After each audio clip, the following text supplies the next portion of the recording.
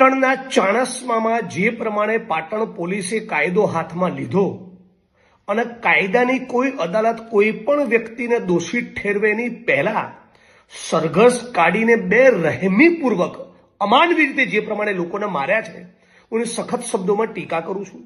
કયું ગ્રુપ સાચું કયો સમાજ સાચું બિલકુલ એમાં પડવા માંગતો નથી, મારે એની સાથે કોઈ લેવા દેવા નથી।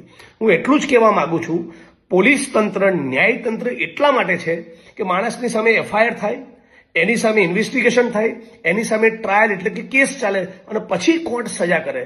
પોલીસ આ પ્રમાણે બેરહેમીપૂર્વક નાગરિકોના સરઘસ કાઢે, એની સાથે મારઝૂડ કરે, એ કોઈ પણ સંજોગોમાં આપણા બંધારણની મર્યાદા ના કહેવાય।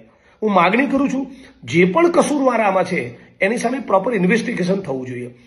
બીજું, પોલીસના કોન્સ્ટેબલ, હેડ કોન્સ્ટેબલ, પીએસઆઈ, પીઆઈને ખાસ વિનંતી કરું છું કે તમારા જે સાહેબો છે ને એમના ગણિતો તો કમલમમાં અને ગાંધીનગરમાં સેટ થયેલા છે, એમના ચાળે ના ચડશો, એમના આદેશ અને સૂચના પ્રમાણે સરઘસના વરઘોડા ના કાઢો, તમે કાયદો હાથમાં ના લો।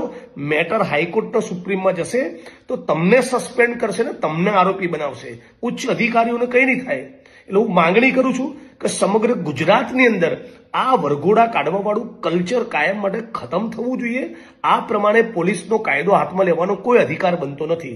અને છેલ્લે, પાટણ પોલીસમાં આટલું બધું પાણી હોય તો આખા પાટણ જિલ્લામાં ચાલતા તમામે તમામ દારૂના અડ્ડા ચલાવનારા બુટલેગરો, જેટલા પણ લોકો ઇલીગલ માઇનિંગ કરે છે, જેટલા પણ જમીનના કોઠા કબાડા કરે છે, જેટલા પણ લોકો ચરસ ગાંજોનો ડ્રગ્સ વેચે છે, એ બધા જ બુટલેગરના માફિયાઓને એક લાઈનમાં ઊભા રાખીને બરાબર ઠોકો ને તો ખબર પડે। બુટલેગરોને તમારે છાવરવા છે અને એક ગ્રુપ બીજા ગ્રુપ સાથે અથડામણ કરે તો તમારે કાયદો હાથમાં લેવો છે। આ કોઈ પણ સંજોગોમાં ચલાવી લેવું જોઈએ નહીં।